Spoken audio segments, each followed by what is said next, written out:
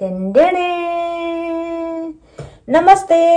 र यहाँहरु सम्पूर्णलाई मेरो यो युट्युब ब्लगमा चाहिँ धेरै हार्दिक स्वागत गर्न चाहन्छु र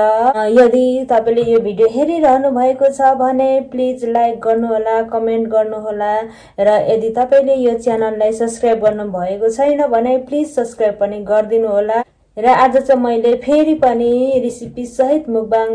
लिएर आएको छु र मेरो मुकबाङ के रहेको छ भनेर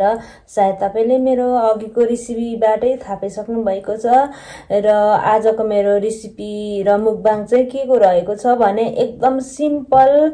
अनि एकदम सजिलो अनि मिठो र सरल तरिकाको मैले चाहिँ रेसिपी र मुकबाङ लिएर आएको छु र मेरो आजको रेसिपी अथवा मुकबाङ चाहिँ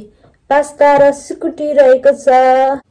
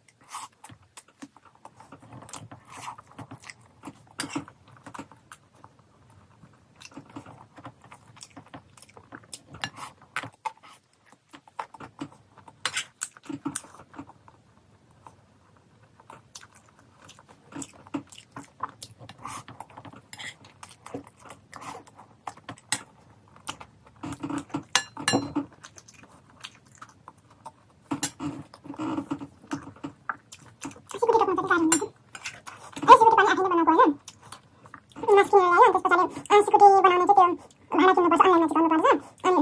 त्यो अनलाइनमा चिकाएपछि चाहिँ हामी आफूले बनाउने चाहिँ डालमा